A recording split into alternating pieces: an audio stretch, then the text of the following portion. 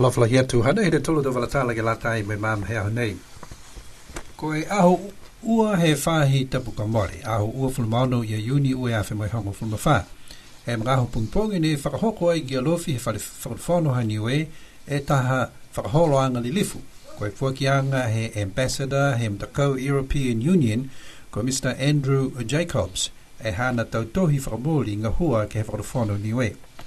Ko tuku atu he lifu palemia ko toke tālangi e tau whakaue e lahi mahaki ke he mtakau European Union ke he taulang matai ki a niwe. Ko kamata mai he tau ue awhi.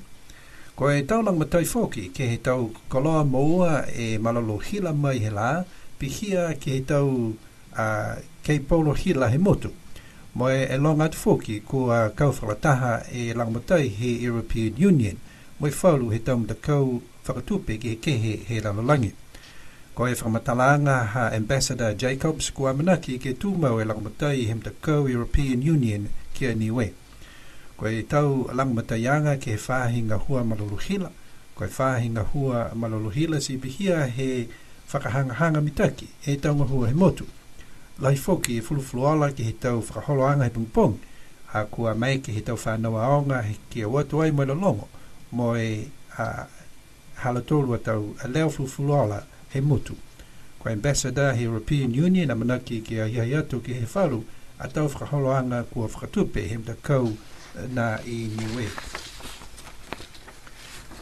Kua manaki ki kamata taha matanga hua ke whakalaulahi e nofoanga he tau matua mutua ki he whanenga ngao ne tause he tahatama fuata mai i New Zealand. Ko Matt Wilson kua manaki ke hoko mai ke motu ke whahi tapu nei ke kamata inga hua ke whakatutu e matakavi ke maiki ke no nofo fia mo kiolki ai e tau mamatua ki ai. Ko e palana ne kua tālanga ke ua e wala taha e matakavi ne kua tālanga mai whakaongaanga he tau mamatua fuakau taha e wala ke maiki ke watu mo kioki whakafia mo e tausi ai da whakaholoanga si taha foki e wala whare tunga e container ke toka ai e poko tausi kai pia foki mo e tau whare wau. Ko taria foki he wharefono ke tuku atu e langamatai anga ke he tolonga fulu e pesene ke he matanga hua nei ko e laulahi tau tupe foki ke lata mo e kaina nei ko whita ni he asi tupe ke motu ko nisilani mo niwe. Ko e manakianga ke mau mo e fuaki atu e kaina nei wharefono ke he aho hongo fulmataha ia iulai.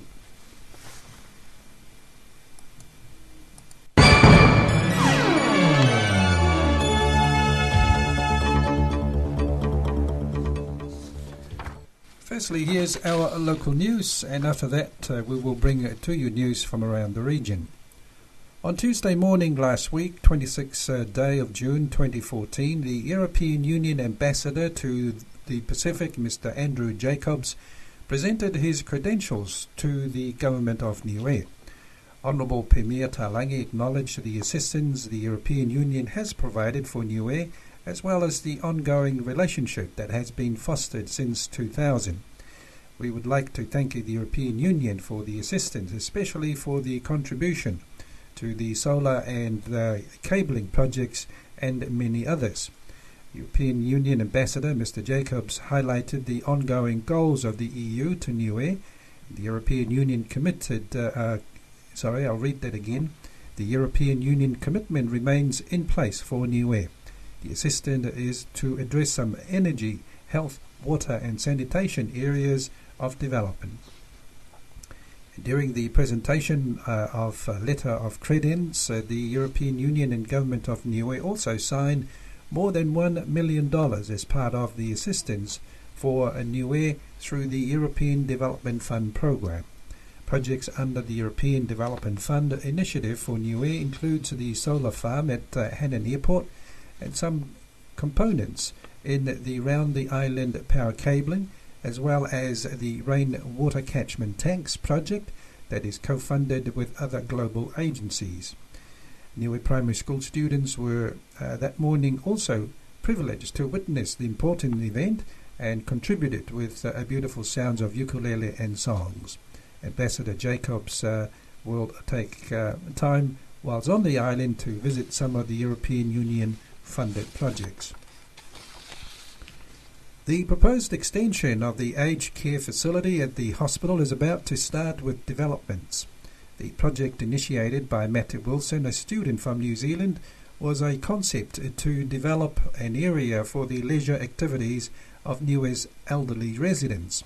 Government has approved a 30% contribution towards the development, with 70% of the total cost raised in New Zealand and Niue. The new addition, which include an area for the elderly folk to relax, entertain and host activities, and a container structure that is fitted with kitchen and restroom. The project will be completed and handed over to government on the 11th of July. And here's the news from around the region. Fiji Labour Party leader Mahendra Chaudhry escapes prison time after paying his fine of $2 million. That's equivalent to $1 million US. The former Prime Minister and Minister of Finance was told to pay a $2 million fine by today or face a 15-month jail term after he was convicted in April and sentenced early May on 3 counts of breaching the Exchange Control Act by keeping funds in an Australian bank account without authorisation. His lawyer Arnard Singh confirmed the fine was paid on Friday. Chaudhry now awaits the outcome of his stay application ruling next Monday. In the event that the decision goes to Chaudhry's favour, he will be eligible to contest the election, Singh said. Meanwhile, the Fiji First Party is expected to submit to the Fiji Elections Office the declaration of assets and liabilities of its party leaders and office bearers today. Speaking on the FBC TV talkback show For the Record, Supervisor of Elections Mohammed Sanim says the Fiji First Party registered on the 30th of May and it is required to provide the declarations by the 30th of June. It will then be published for the public. Sanim says there are currently 5 registered political parties. 4 parties registered last year and all have submitted the declarations needed as required under Section 16 and 24 of the Elections Decree. Indonesia should install a detector device at the Skaun Wutung entry gate of its border with Papua New Guinea to detect the entry of undesired things such as arms into the country, Papua Regional Police said. He said that the proposal needed to be realised soon because the police had learned from the investigations of 3 residents who were suspected to be members of an armed group that the arms and ammunition were purchased in and taken from PNG. The arms and ammunition were brought to Indonesia in phases through the legal channel, namely the entry gate of the 2 nations, Tito said. He said that with the confessions of the suspect and the evidence in hand, devices like metal detectors and X-ray should be installed soon.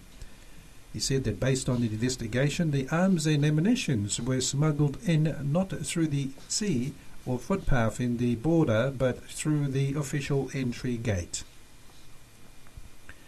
The Office of the Public Sector, OPA, in Pohnpei, has discovered that the Pohnpei Supreme Court remitted only $302 of the $29,614.50 US it collected in fees to the Treasury, reports the Kasalahi Press.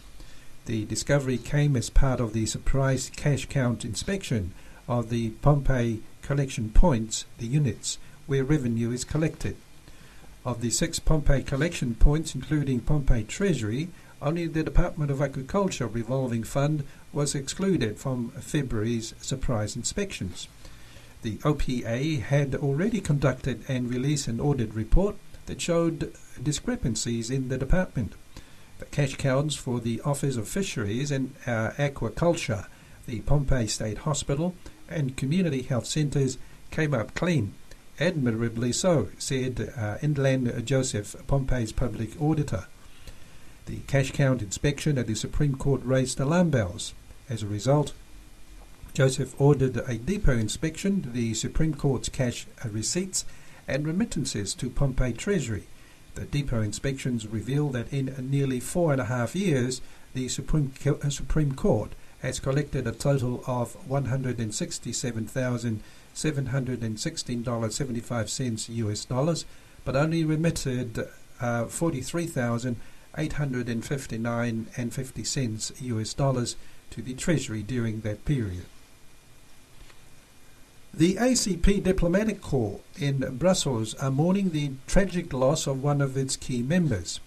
The ambassador of Fiji to the European Union in the Kingdom of Belgium, Basili Vosia, was serving his second term in office since 2009 when he passed away last week at the age of 46.